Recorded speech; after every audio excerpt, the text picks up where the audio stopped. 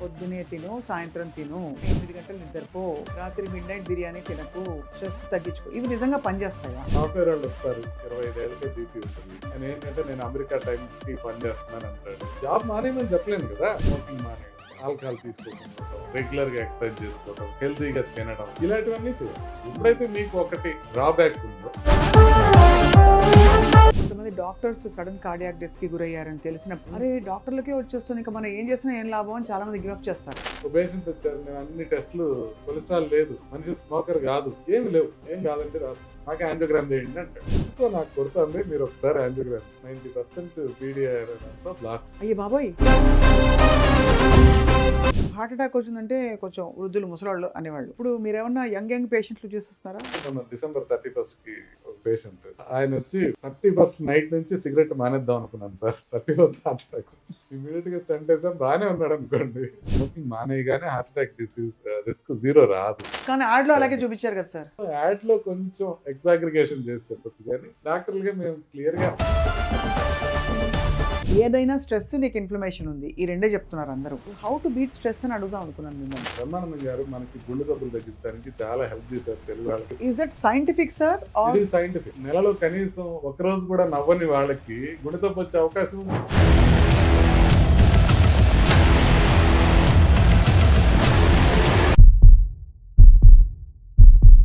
అందరికీ నమస్కారం. Welcome to healthy minds exclusively on Suman TV.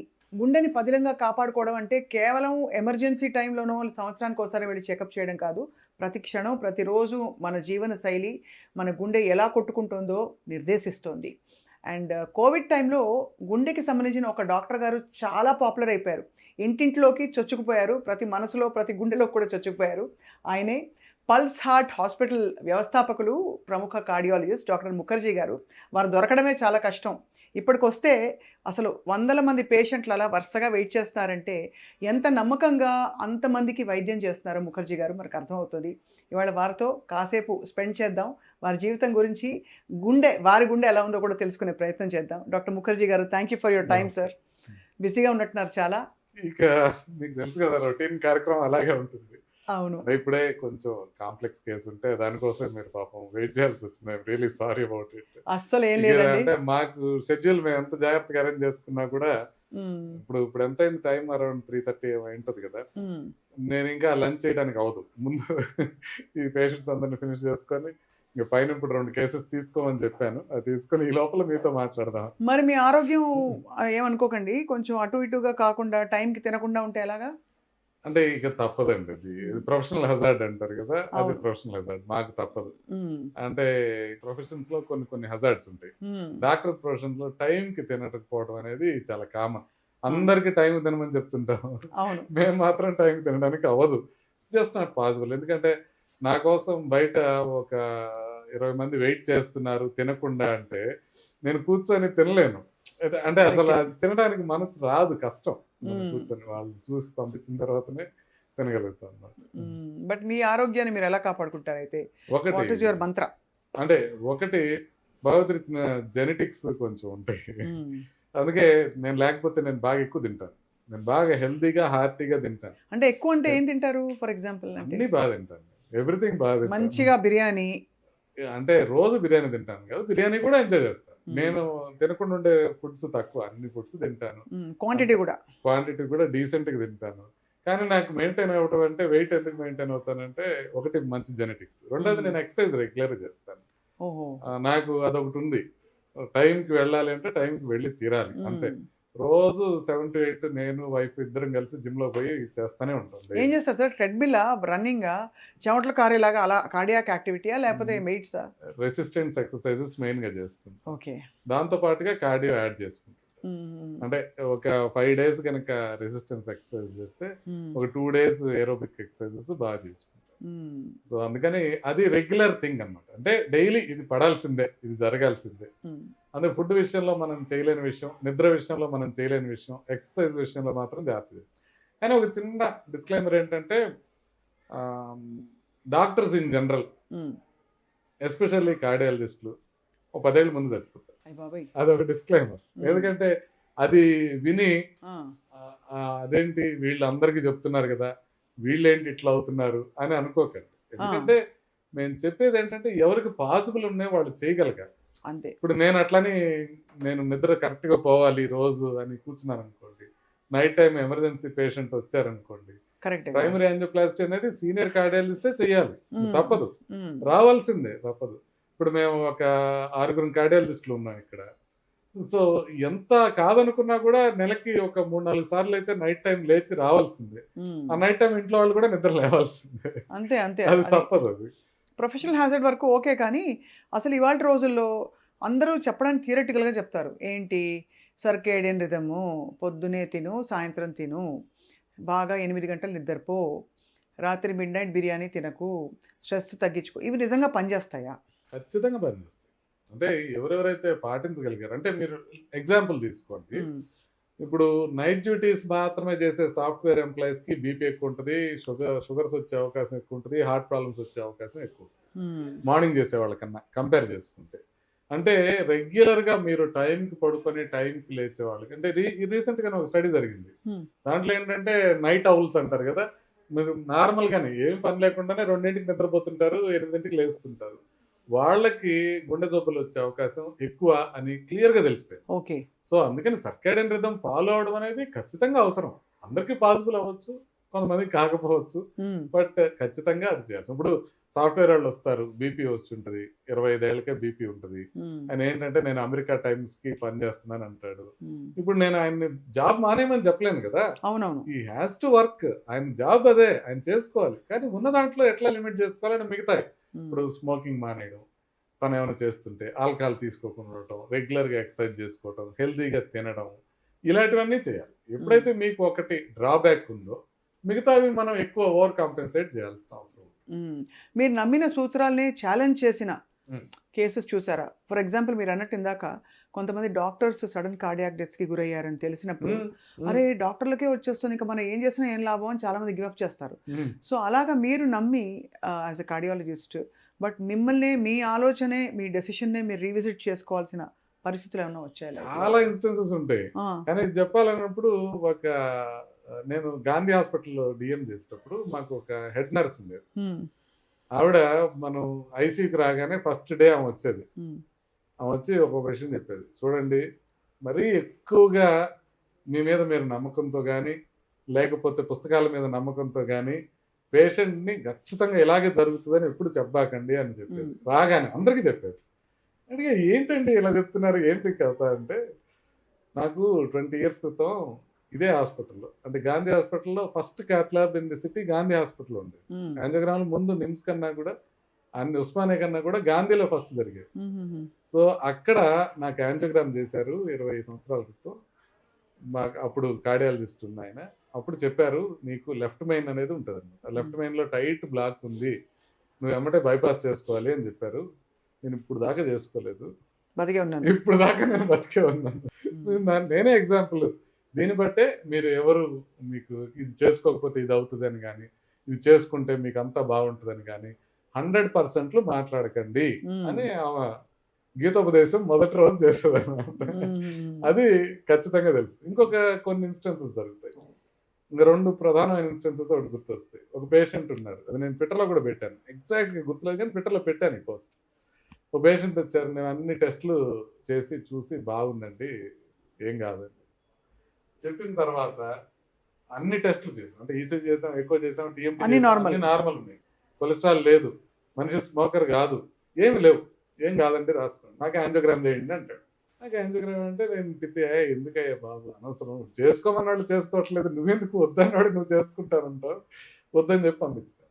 మళ్ళీ వచ్చాడు, నాకు ఎందుకో నాకు కొడుతుంది, మీరు ఒకసారి యాంజియోగ్రామ్ చేయండి, 90% పీడిఆర్ దాంట్లో బ్లాక్ ఉంది. అయ్యే బాబోయ్, 90% బ్లాక్. అది మరీ పెద్ద రక్తనాళం కాదు, బహుశా ప్రాణానికి ప్రమాదం అయ్యేది కాదేమో, కానీ ఇదే క్లియర్గా నేను the day I had to revisit my decision as a doctor అని ట్విట్టర్లో పోస్ట్ పెట్టాను, దాంట్లో ఉంటుంది ఇప్పుడు కూడా.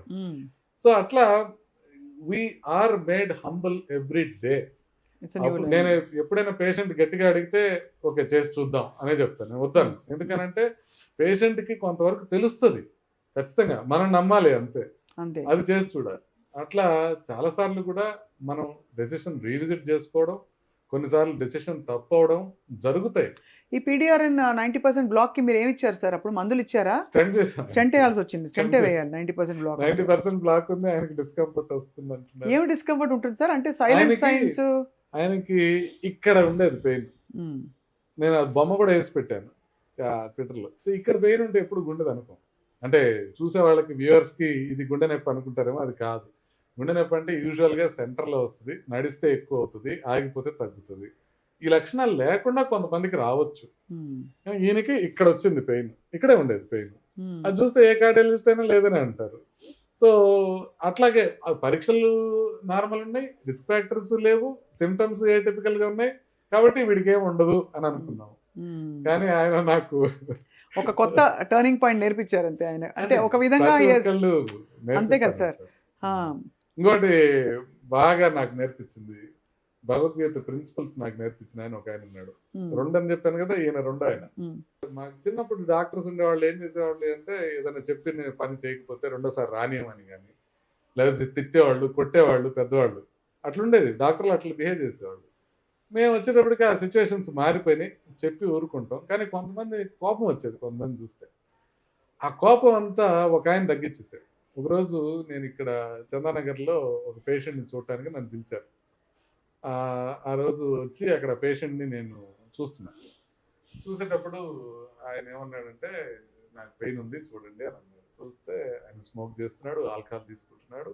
25-26 అంటే యంగ్ పేషెంట్, కరెక్ట్గా ఏజ్ గుర్తులేదు కానీ యంగ్ పేషెంట్, బాగా ఈ టైప్లో ఉన్నాడు మనిషి. బాగా తాగేస్తున్నాడు, సిగరెట్లు తాగుతున్నాడు, ఎక్సర్సైజ్ లేదు, ఇష్టం వచ్చినట్టు తింటున్నాడు, ఇష్టం వచ్చినట్టు బిహేవ్ చేస్తున్నాడు. ఏంటి ఇట్లా బిహేవ్ చేస్తున్నాడు అని అంటే, అప్పట్లో మహేశ్వరం దగ్గర భూములు బాగా ఎక్కువైపోయినాయి. వాళ్ళది మహేశ్వరమో పక్కన ఊరో, 2008 అనుకుంటా, బాగా భూమి వచ్చింది. సో భూమి వచ్చేటప్పటికి, అంటే మీరు గుర్తుందో లేదో, అక్కడ BMW కార్లు రోడ్డు మీద పెట్టి అమ్మేవాళ్ళు మహేశ్వరం దగ్గర. అవును, చాలా అవును. ఆ టైంలో ఈయన 1 ఎకరం 2 ఎకరాలు అమ్మి విపరీతంగా డబ్బులు వచ్చింది. నేను అన్నాను, నువ్వు ఇట్లా సిగరెట్లు తాగితే కష్టం అవుతుంది, నువ్వు సిగరెట్లు మానేయాలి, మందు మానేయాలి. ఇట్లయితే తెత్తను లేచాడు నా మీద, అరిచాడు. నువ్వేమనుకుంటున్నావు, నీలాంటి వాళ్ళని 10 మందిని ఇవాళ నేను ఇక్కడ నిలబెట్టగలను, ఇలాంటి హాస్పిటల్స్ 10 హాస్పిటల్స్ నేను ఇక్కడ హైదరాబాద్లో కట్టగలను.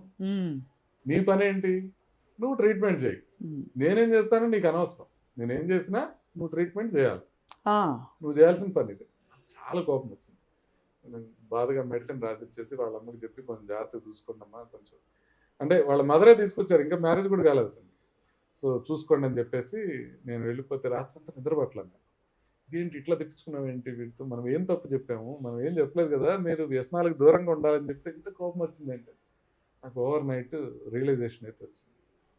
శ్రీకృష్ణుడు ఎప్పుడో చెప్పాడు ఈ విషయం, నువ్వు కర్మని ఆచరించు, కర్మ ఫలాన్ని ఆచరించకు, అట్లని కర్మ చేయటం మానకు. క్లియర్ కదా, అంతే. దీనికి మనం చెప్పాలి, తను సిగరెట్ తాగకూడదు, ఆ విషయం మనం చెప్పాలి. తను తాగను అంటే మనకు కోపం రాకూడదు, చెప్పకుండా ఉండకూడదు. మీరు చెప్పాల్సింది చెప్పాలి, ఇప్పుడు కోపం తెచ్చుకోకూడదు. ఆ రోజు స్థితప్రజ్ఞత అంటే ఏంటనేది నాకు అర్థమైంది. ఒక కృష్ణ భగవానుడే నాకు ఈ పేషెంట్ రూపంలో వచ్చాడేమో అనిపించింది. కానీ నిజానికి ఈగో అడ్డు రావచ్చు ఆ టైంలో, as a doctor, qualified doctor గా వచ్చింది అప్పుడు.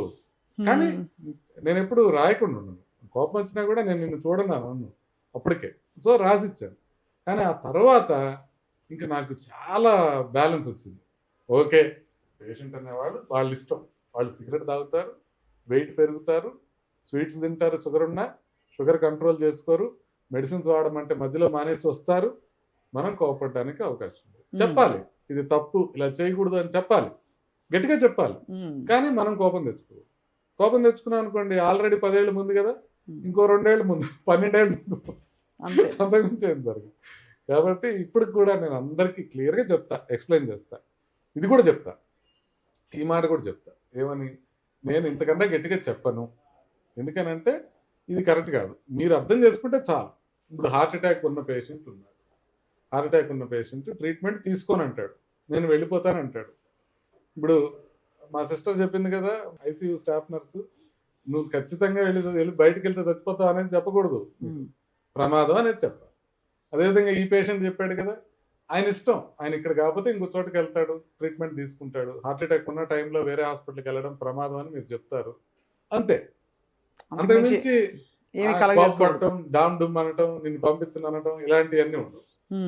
మీకు హార్ట్ అటాక్ వచ్చింది, హార్ట్ అటాక్ వచ్చినప్పుడు ఇది ప్రమాదం ఉంది, ఇమీడియట్ గా మీరు అడ్మిట్ అయ్యి ట్రీట్మెంట్ తీసుకోవాల్సిన అవసరం ఉంది. ఎందుకంటే టైం గడిచే కొద్దీ హార్ట్ డ్యామేజ్ అయితే తర్వాత చేసుకున్నా కూడా రిటర్న్ రాదు. కాబట్టి మీరు చేసుకోవాలి, ఇమీడియట్ గా చేసుకోవాలి మెడిసిన్ ప్రకారం. సో ఇక మీరు చేసుకోనంటారా? మీకు నేను చెప్పే విషయం కనుక ఈ గ్రావిటీ సిచ్యువేషన్ గ్రావిటీ అర్థమయ్యి మీరు నిర్ణయం తీసుకుంటే తప్పలేదు, మీ ఇష్టం. నేను అదే విషయం ఇక్కడ రాస్తున్నాను చెప్పేసి రాసి పంపించేస్తాను. నేను కోపం తెచ్చుకోను. అట్లా నేను రివిజిట్ చేసుకోవడం కాకుండా మనిషిగా నేను ఇంప్రూవ్ అవ్వడానికి పేషెంట్లు ఎంత హెల్ప్ చేశారు అనేది ఇది ఒక దృష్టాంతం. ఇప్పుడు అది సరే, అది చాలా ఇలాంటి మీరు వందలు చూసుంటారు మీ ఎంటైర్ కెరియర్లో సార్. మీరు ఆశ్చర్యపోయే మార్పులు వచ్చాయా ఇప్పుడు హెల్త్ కేర్లో? ఫర్ ఎగ్జాంపుల్, ఒకప్పుడు హార్ట్ అటాక్ వచ్చిందంటే కొంచెం వృద్ధులు, ముసలాళ్ళు అనేవాళ్ళు. ఇప్పుడు మీరు ఏమన్నా యంగ్ పేషెంట్లు చూసేస్తున్నారా? అసలు 18 ఏళ్ళకి 20 ఏళ్ళకి కూడా ట్రీట్ చేసామండి హార్ట్ అటాక్లు. చాలా బాధ అనిపిస్తుంది. ఎందుకు వస్తున్నాయి సార్ అలాగా? ప్రధానమైన కారణం తక్కువ ఏజ్ లో రావడానికి స్మోకింగ్. స్మోకర్స్కే వస్తుంది అయితే ఎక్కువగా. అంటే స్మోకర్స్ కాకుండా ఉన్న వాళ్ళకి కూడా వస్తాయి, చాలా తక్కువ.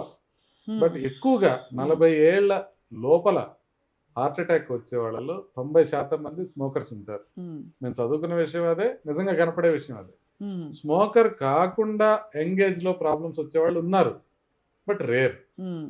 ఎందుకు మన December 31st కి ఒక పేషెంట్, పేరు తెలిసి చెప్పను. సో ఆయన వచ్చి 31st నైట్ నుంచి సిగరెట్ మానేద్దాం అనుకున్నాను సార్. 31st హార్ట్ అటాక్ వచ్చి ఇమీడియట్ గా స్టంట్ వేసాం, బాగానే ఉన్నాడు అనుకోండి. కానీ అంటే ఒక ఇంపార్టెంట్ థింగ్ ఏంటంటే స్మోకింగ్ మానేయగానే హార్ట్ అటాక్ డిసీజ్ రిస్క్ 0 రాదు. కానీ యాడ్లో అలాగే చూపించారు కదా సార్. అతను స్మోక్ చేస్తూ నడుస్తూ వెళ్తాడు, స్మోకింగ్ ఆపేయంగానే బాగా తగ్గిపోతుంది, అంతవరకు ఇలా పట్టుకుని ఉంటాడు. సో అంత తొందరగా మార్పు రాదంటారు. రాదు. యాడ్ ప్రభావితం ఎలా ఉంటుంది అని యాడ్ డిజైన్ చేసేవాళ్ళు చూస్తారు. మన లక్ష్యం ఏంటి? వాళ్ళు స్మోకింగ్ మానేయటం అంతే. దానికోసం యాడ్ లో కొంచెం ఎగ్జాగ్రిగేషన్ చేసి చెప్పచ్చు, కానీ డాక్టర్లుగా మేము క్లియర్ గా ఉన్న విషయం చెప్పాలి, బట్ మాని తీరాలని కూడా చెప్పాలి. అట్లా అవ్వదు. ఈ మధ్య డాక్టర్ ముఖర్జీ గారు, నాకు తెలిసిన వాళ్ళు ఎవరో పొద్దున్నే ఎంటీ స్టమక్ మీద మామూలుగా వెయిట్ లాస్కి ఇప్పుడు కొబ్బరి నూనె తాగుతున్నారు, మీకు తెలుసా? యాంటీ ఇన్ఫ్లమేటరీ అంటున్నారు. కొబ్బరి నూనె, కొబ్బరి నూనె తాగేస్తున్నారు, తెలుసా మీకు? అంటే ఇది అదర్ అలైడ్ మెడిసిన్లో, అలైడ్ హెల్త్ కేర్లో వచ్చే కొబ్బరి నూనె తాగి ఒక్కసారిగా ఒక చలనం లేకుండా ఒకలాంటి ఆయాసంతో కూడిన నిర్లిప్తతో కూడి అలాంటి సిమ్టమ్స్ వచ్చాయి. అసలు కొబ్బరి నూనె తాగడం ప్రమాదకరమా, ఏమీ చేయదా, డిపెండ్సా? అంటే ఇక్కడ 2 రకాల విషయాలు మనం ఆలోచించాలి. కొబ్బరి నూనె తాగటం ఎందుకు తాగుతున్నారు అనేది ఆలోచించాలి. ఎందుకు తాగుతున్నారు అని అంటే వెయిట్ తగ్గడం కోసం తాగుతారు. ప్రధానంగా వెయిట్ ఎక్కువ ఉన్న వాళ్ళు కొబ్బరి నూనె తాగుతుంటారు. దీన్ని ఏమంటారంటే కార్బోహైడ్రేట్స్ తగ్గించి ఫ్యాట్స్ని పెంచామనుకోండి, దీన్ని కీటో డైట్ చేసామనుకోండి, మనకు వెయిట్ లాస్ తొందరగా వస్తుంది. ఇప్పుడు మనం అసలు అన్నం తినకుండానే కూర్చున్నాం, నిరాహార దీక్ష చేసాం, మనం వెయిట్ తగ్గిపోతాం, దాంట్లో ఏం డౌట్ లేదు కదా, అందరికీ తెలిసిన విషయం. కరెక్ట్గా మీరు 2-3 రోజులు మానేస్తున్నా కూడా ఒక 2-3 కేజీలు తగ్గుతారు. బట్ అది కాదు కదా, మనం అట్లా ఉండలేం కదా, ఆకలి వస్తుంది కదా. ఆకలి తగ్గించాలంటే ఫ్యాట్ ఒక ప్రధానమైన ఆయుధం. ఫ్యాట్ తీసుకున్నాం అనుకోండి, ఆకలేదు. ఆ ఫ్యాట్ నెయ్యి రూపం కానీ, కోకోనట్ ఆయిల్ రూపంలో కానీ, కీటో డైట్ రూపంలో కానీ ఇట్లా తీసుకుంటూ ఉంటారు. కాకపోతే ఫ్యాట్ వలన గుండె ప్రాబ్లమ్స్ వచ్చే అవకాశం ఎక్కువ ఉంటుంది. కాబట్టి వీళ్ళు వెయిట్ తగ్గినా కూడా లాంగ్ టర్మ్ లో గుండె ప్రాబ్లమ్స్ ఎక్కువ వచ్చే అవకాశం ఉంటుంది, అది గుర్తుపెట్టుకోవాలి. సో దానికి మేము ఎట్లా విరుగుడు చెప్తామంటే, మీరు కార్బోహైడ్రేట్ తగ్గించుకోండి, తగ్గించుకున్న తర్వాత కొంచెం ప్రోటీన్, ఫైబర్ ఎక్కువ తీసుకోండి అని చెప్తుంటాం. అది ఇట్ మేక్ సెన్స్. కానీ మీరు ఒకసారి ఈ వీడియో పోస్ట్ చేసిన తర్వాత కొబ్బరి నూనె భక్తులు, నెయ్యి భక్తులు కింద తిడతా ఉంటారు నన్ను, ఈయనేదో దుర్మార్గుడు, ఈయనేదో దీనికోసం ఆశించి చెప్తున్నాడు, దానికోసం ఆశించి చెప్తున్నాడు. నాకు ప్రోటీన్ తినమంటే, ఫైబర్ తినమంటే వచ్చే లాభం ఏమీ లేదు, మాకు కోళ్ళ ఫారాలు లేవు. కాబట్టి క్లియర్ గా నేను చెప్పేది ఏంటంటే, మనం కార్బోహైడ్రేట్ తగ్గిస్తే బరువు తగ్గుతాం, కానీ ప్రోటీన్, ఫైబర్ పెంచుకుంటే బాగుంటుంది. బట్ కీటో డైట్ కానీ లేకపోతే కొబ్బరి నూనె ఎక్కువ తాగటం వల్ల కానీ గుండె జబ్బులు పెరిగే అవకాశం ఉంటుంది. అది షార్ట్ టర్మ్ లో మీకు కనపడదు, లాంగ్ టర్మ్ లో కనపడదు. కాబట్టి దాని మీద కొబ్బరి నూనె తాగమని చెప్పేవాళ్ళు ఎవరు కూడా ఈ కొబ్బరి నూనె తాగిన తర్వాత 20 ఏళ్ల తర్వాత తాగిన వాళ్ళకి తాగని వాళ్ళకి గుండె జబ్బులు ఎలా ఉన్నాయి డిఫరెన్స్ అనేది చెప్పి మాట్లాడరు. వాళ్ళు ఏం చెప్తారంటే, కావాలంటే మీరు చేసుకోండి, మేము కొబ్బరి నూనె తాగమంటాము, బట్ నా ప్రూఫ్ మీది, డాక్టర్లు మీరు పరీక్ష చేయండి, మేము చెయ్యం, మేము చెప్తాం అంతే. ఇది ప్రాబ్లం. కొబ్బరి నూనె విధానం. కాకపోతే మీరు చెప్పిన ప్రాబ్లం ఎక్కడ వస్తుంది, వీళ్ళకి ఇమీడియట్ గా ప్రాబ్లం రాదు. కానీ కొబ్బరి నూనె కానీ ఎనీ నూనె కానీ తాగేటప్పుడు దాని సర్ఫేస్ టెన్షన్ చాలా తక్కువ ఉంటుంది ఆయిల్కి. సో అందుకోసం ఏంటంటే మీకు ఊపిరితిత్తుల్లోకి వెళ్ళిపోయే అవకాశం ఎక్కువ ఉంటుంది. అందుకే ఆయిల్ డైరెక్ట్ గా తాగకూడదు. మీరు ఆయిల్ డైరెక్ట్ గా తాగితే అది పొట్ట, ఇప్పుడు ఇక్కడ నుంచి అన్నవాహిక ఎట్లుంటుందో రెస్పిరేటరీ వేస్ కూడా ఇక్కడ నుంచే మొదలవుతాయి, లారింగ్స్ నుంచి. సో నార్మల్గా ఏమవుతుందంటే మనం తిన్నది డైరెక్ట్ గా ఆహార వాహికలోకి వెళ్ళిపోతుంది. బట్ ఇట్లా సర్ఫేస్ టెన్షన్ తక్కువ ఉన్న పదార్థాలు ఏమైనా తీసుకుంటే, మీరు ఎస్పెషల్లీ ఆయిల్ తీసుకుంటే డైరెక్ట్ గా మీకు కొంచెం పొలమారుతుంది. ఎందుకు పొలమారుతుంది అంటే అది గొంతులోకి వెళ్ళిపోతుంది. సో అందుకనే తీసుకునేది కొంచెం దేంట్లోనే కలిపి తింటే అట్లా పోదు, అది అట్లా తీసుకుంటే దాంతో ఇబ్బంది రాదు. సో అందుకే కిరసనాయిల్ పాయిజనింగ్ కానీ పెట్రోల్ పాయిజనింగ్ కానీ ఇలాంటివి మెయిన్ ప్రాబ్లమ్స్ ఎక్కడ వస్తాయంటే లంగ్స్ లోకి వెళ్ళిపోయి లంగ్స్ లో ఇన్ఫెక్ట్ అయ్యి వస్తాయి. ఎనీ ఆయిల్ మీరు తీసుకున్నప్పుడు పొట్టలోకే పోతుందని గ్యారెంటీ లేదు, అది లంగ్ లోకి వెళ్ళిపోతుంది. అందుకోసమని అది అవాయిడ్ చేస్తే బెటర్. రైట్. అయితే మనకి సైలెంట్ వార్నింగ్ సైన్స్ ఏమైనా కనిపిస్తాయా? మనం పట్టించుకొని, సైలెంట్ అంటే సైలెంట్ గా ఉంటే ఎలా కనిపిస్తుందని అడగచ్చు, బట్ అసలు మనం పట్టించుకోని సైన్స్, నీకు హార్ట్ డిసీజ్ ఉంది వెళ్ళి చెక్ చేయించుకో అని చెప్పేది బాడీ ఏమైనా చెప్తుందా మనకి? మీకు చాలా క్లియర్ గా ఒకటి చెప్తాను, ఇది ఎన్నిసార్లు చెప్పినా అందరూ ఏదో ఒక రకంగా ఇగ్నోర్ చేస్తారు. మా అంకుల్ ఐఏఎస్ ఆఫీసర్, ఆయన ప్రిన్సిపల్ సెక్రటరీ రేంజ్, ఆయనే ఆశ్చర్యపోయారు, ఇదేంటి నువ్వు, ఇది నాకు తెలియదు ఈ విషయం అని. నడుస్తున్నప్పుడు మీకు చెస్ట్ లో కనుక మంట వస్తుంటే అది గ్యాస్ కాదు. మీకు నొప్పి వస్తుంది అనుకుంటారు కదా, జస్ట్ మండుతుంది కొంచెం గ్యాస్ లాగా, కానీ నడిస్తే మండుతుంది. ఎస్పెషల్లీ అన్నం తిన్నాక నడిస్తే మండుతుంది, ఇది గ్యాస్ అనుకుంటారు. మీరు ఇది గుర్తుపెట్టుకోవాల్సింది, నడుస్తుంటే నొప్పి వచ్చినా, మంట వచ్చినా, బరువుగా వచ్చినా, ఏ విధమైన ఇబ్బంది వచ్చినా కూడా నడుస్తున్నప్పుడు వస్తుంటే అది గుండెకి సంబంధించింది అనుకోండి.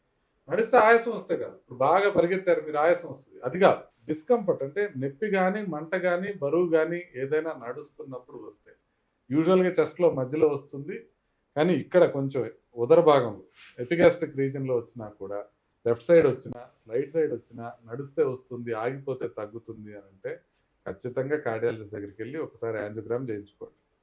అది చాలా ఇంపార్టెంట్, అది గుర్తుపెట్టుకోవాలి. అది ఎన్నిసార్లు చెప్పినా అది ప్రజల్లోకి వెళ్ళట్లా ఇంకా, ఎందుకంటే మంటలాగా వస్తుంది కాబట్టి అది గ్యాస్ అనుకుంటారు. కానీ తేనె పోస్తే పోయింది అనుకోండి ఆ మంట, అప్పుడు అది కూడా తేనె పోస్తే పోయినా సరే నడిస్తే వస్తే మాత్రం అది గుండెదే. ఎందుకంటే ఇవాళ పొద్దునే ఒక ఆయన వచ్చారు, ఆయన ఒక చోట యాంజియోప్లాస్టీ చేయించుకున్నారు.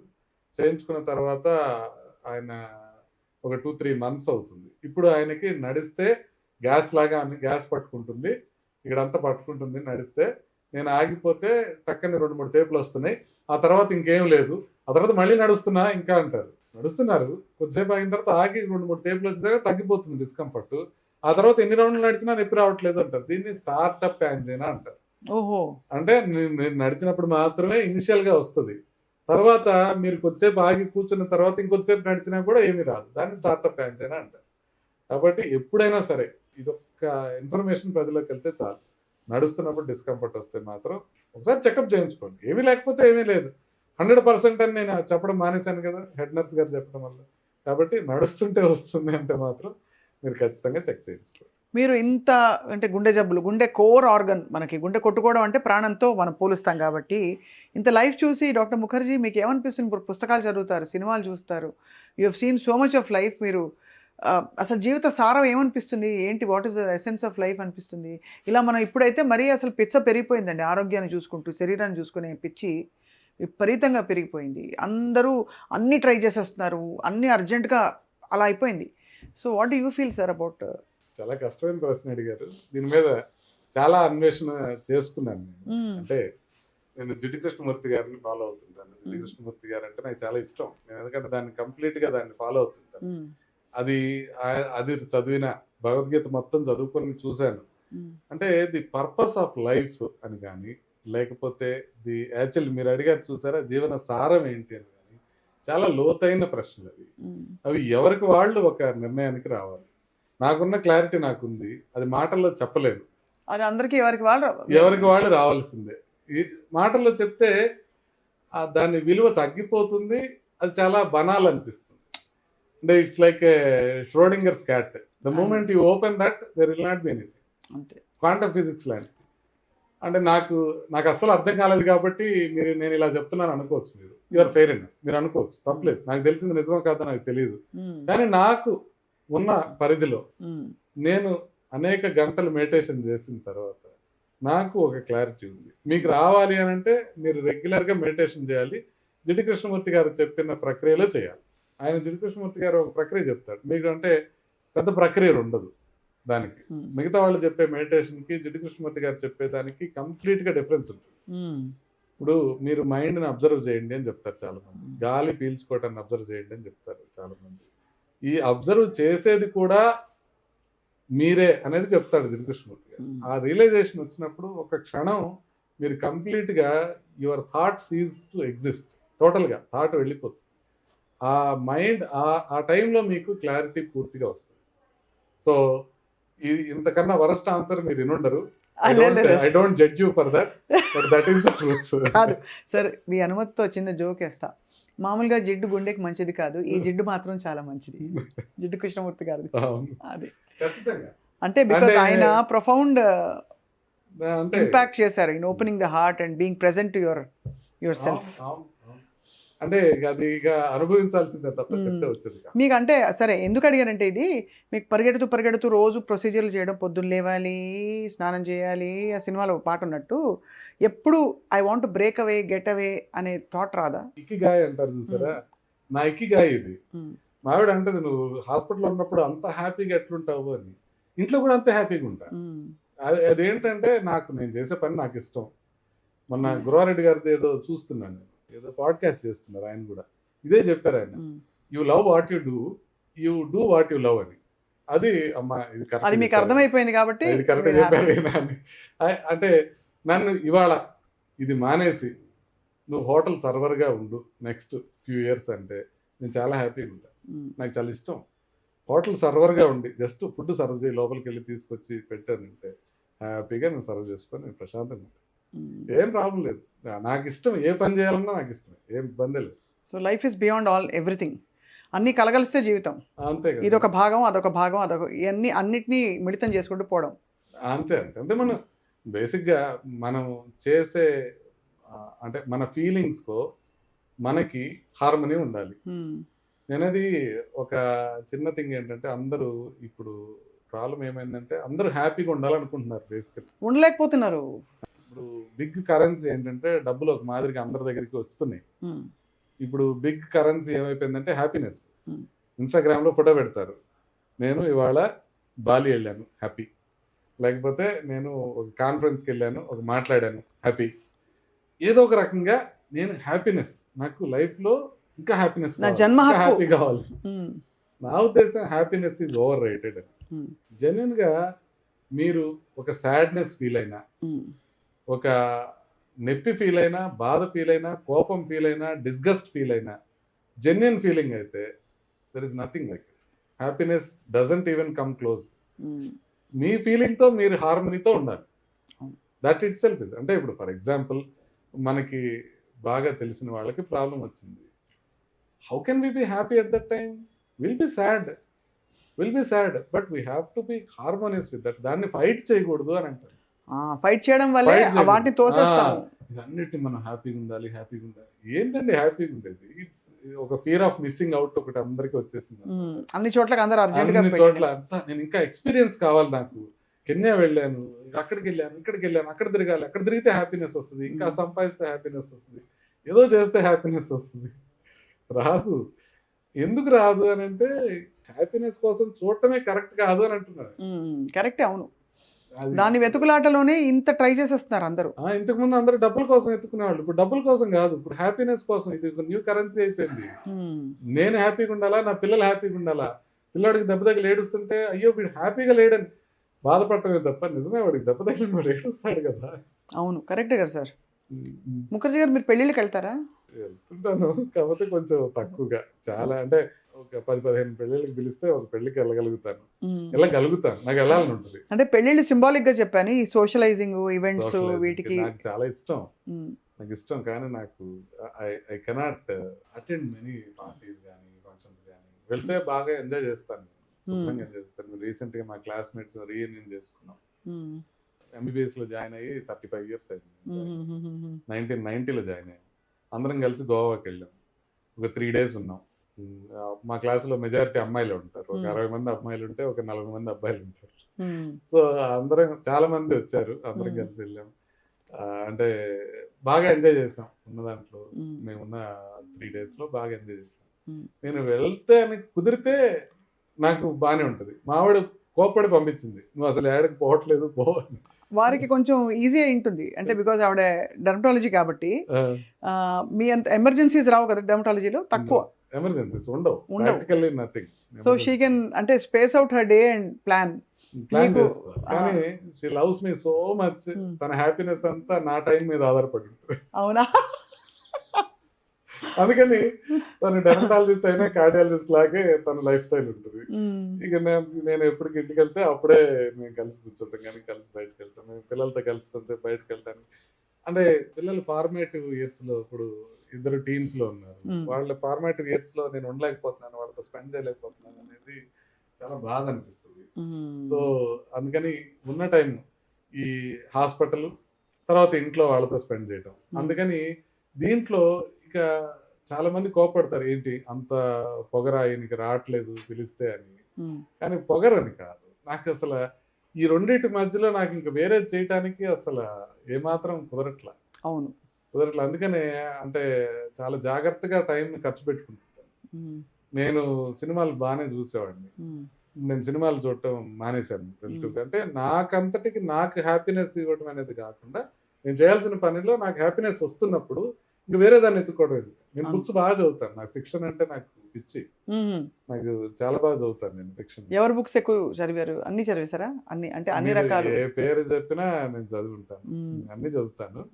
అంటే ఇప్పుడు బాగా చదువుతుంది ఏంటి, రాబర్ట్ గాల్బ్రైత్ అని ఉంటుంది, జేకే రోలింగ్స్ కొత్తగా బుక్స్ రాస్తుంది, స్ట్రైక్ సిరీస్, అవన్నీ చదువుతుంటాను నేను. జెఫ్రీ ఆర్చర్ కానీ, రాబర్ట్ లడ్లమ్ కానీ, అయాన్ రాండ్ కానీ, రామ్ గోపాల్ వర్మ గారి మీద చెప్తుంటారు కదా ఇప్పుడు అయాన్ రాండ్ గురించి అని. అవును, మీరు చదివారా? అంటే నేను చిన్నప్పుడే చదివాను దాన్ని. అది ఎందుకు కరెక్ట్ కాదో రామ్ గోపాల్ వర్మ గారితో ఒకసారి మనం మాట్లాడాలి, అది వేరే సంగతి. బట్ అవన్నీ ఆ బుక్స్ కానివ్వండి. ఇక ద రోడ్ అనే ఒక బుక్ రీసెంట్ గా చదివాను, పాత బుక్కే, చాలా బాగుంటుంది. The story of a cat in the night అని ఉంటుంది, రీసెంట్ గా చదివాను, అద్భుతంగా ఉంటుంది. అంటే ఎంతెంత మంచి మంచి బుక్స్ వస్తున్నాయి అని అంటే చాలా మంచి బుక్స్ వస్తాయి అనమాట. బాగా చదువుతాను. బట్ ఈ మధ్య ఏంటంటే టైం నాకు కుదరట్లా. I really enjoy that. 3 body problem అని ఒకటి వచ్చింది, చదవండి అసలు ఎంత బాగుంటుందో అనమాట. అంటే సైన్స్ ఫిక్షన్ నాకు చాలా ఇష్టం, సైన్స్ ఫిక్షన్ చదువుతూ ఉంటాను, అన్నీ ఎంజాయ్ చేస్తుంటాను. కానీ నేను నా తగ్గట్టు అన్నిటిని అభిరుచుల్ని బ్యాలెన్స్ చేయడానికి కొంత టైం సరిపోదు. బట్ ఇన్ని పుస్తకాలు చదువుతున్నారు, ఇంతమంది వందల పేషెంట్లు చూస్తూ అంటే చాలా గొప్ప విషయం. మీకు పుస్తకం అంటే చదవడం ఎంత ఇష్టమో. నేను మ్యూజిక్ కూడా వింటాను మళ్ళీ. అందుకని జిమ్ లో మా వాళ్ళకి నేనే డీజేని జిమ్ లో.